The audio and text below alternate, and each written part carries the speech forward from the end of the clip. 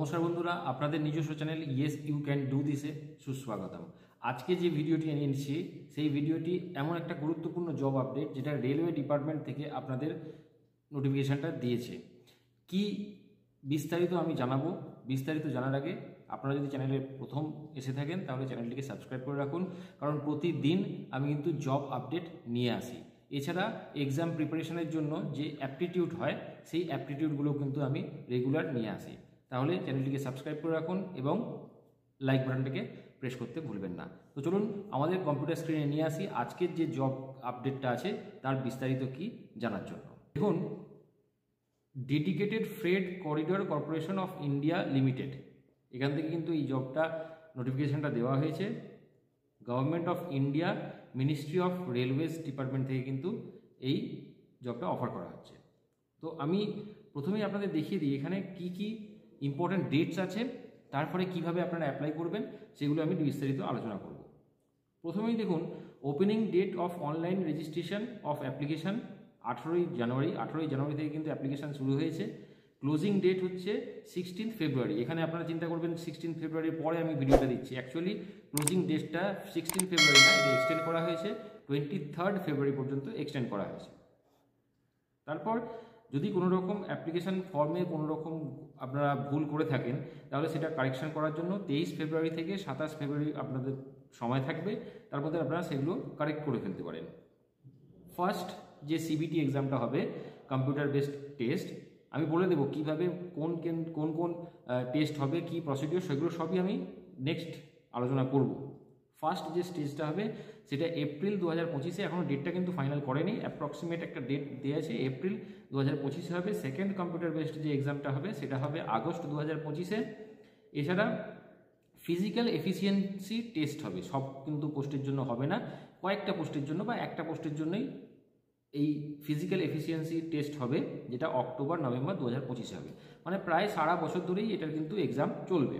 তো কিভাবে আপনারা অ্যাপ্লাই করবেন, এইখানে দেখুন আমি ওয়েবসাইটের নাম বলে দেবো, ওই ওয়েবসাইটে গিয়ে এইখানে ক্লিক হিয়ার টু অ্যাপ্লাই যখনই আপনারা করবেন তখন আপনারা ডাইরেক্ট ফর্মটায় ফিল আপ করতে পারবেন। এবার দেখে নিন কী কী পোস্ট এখানে আছে। আমি এখানে সব পোস্টের ব্যাপারে কথা বলবো না, এখানে কয়েকটি পোস্ট যেগুলো আপনাদের জন্য খুবই হেল্পফুল হবে এবং মিনিমাম কোয়ালিফিকেশান আপনারা অ্যাপ্লাই করতে পারবেন সেগুলো দেখে নিন। দেখুন এখানে পোস্ট হচ্ছে এক্সিকিউটিভ পোস্ট, স্কেল হচ্ছে 30,000 থেকে 1,20,000, খুবই বেশি কিন্তু। এখানে সিভিল ডিপার্টমেন্টের থেকে আপনারা এক্সিকিউটিভ পোস্টের জন্য অ্যাপ্লাই করতে পারবেন।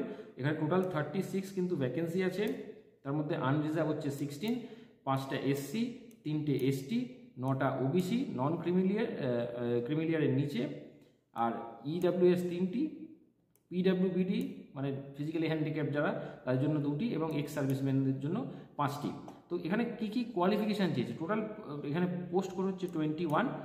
কোয়ালিফিকেশান হচ্ছে 3 years diploma in civil engineering, civil engineering থেকে 3 ইয়ার্স ডিপ্লোমা লাগবে, অথবা কনস্ট্রাকশন টেকনোলজি বা সিভিল রিলেটেড যে সমস্ত ডিপ্লোমাগুলো হয় সেখান থেকে 3 বছরের ডিপ্লোমা আপনাদের করতে হবে। নেক্সট দেখুন এক্সিকিউটিভ ইলেকট্রিক্যাল, এখানে টোটাল 64 সিট আছে। 64 সিটের মধ্যে আপনাদের যেটা আনরিজার্ভ সেটা 28টা, এসসিদের 11টা, এসটিদের 5টা, ওবিসি এনসিএল নন ক্রিমিলিয়ার হচ্ছে 14টা, ইডাব্লিউএস 6টা, পিডাব্লিউবিডি 3টে, এক্স সার্ভিসম্যান 9টা। এখানে কি কি কোয়ালিফিকেশান লাগছে, 3 years diploma in electrical electronics, power supply, instrumentation, এই যে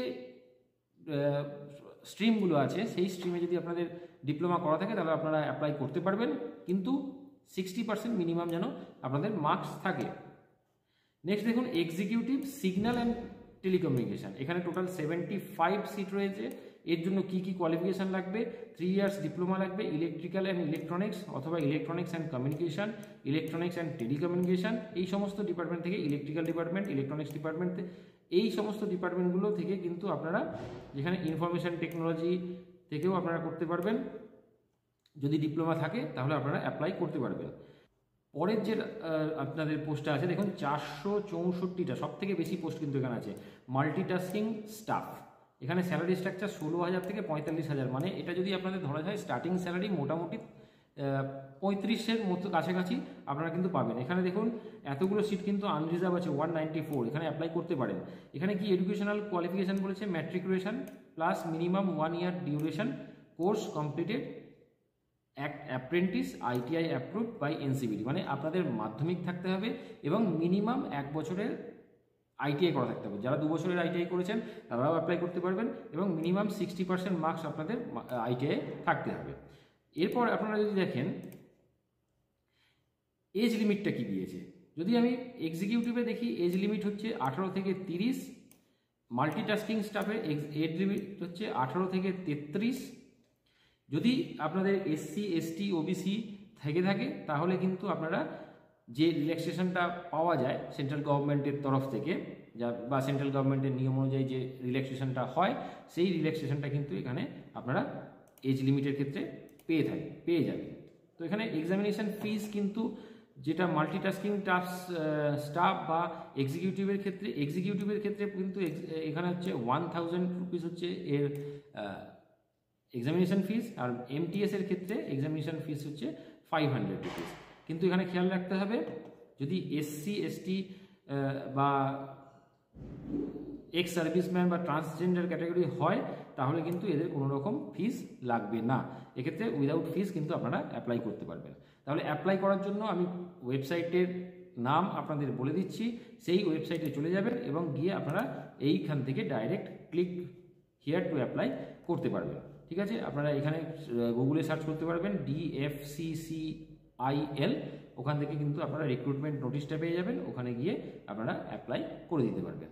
তাহলে বেশি দেরি না করে তাড়াতাড়ি অ্যাপ্লাই করে দিন। সিট কিন্তু ভালো রকমের সিট আছে, আপনারা খুব যদি চেষ্টা করেন তাহলে কিন্তু করে ফেলতে পারবেন। তাহলে আজকের ভিডিওটি কেমন লাগলো অবশ্যই লাইক বাটনটি প্রেস করে চ্যানেলটিকে সাবস্ক্রাইব করে রাখুন এবং কমেন্ট করতে ভুলবেন না।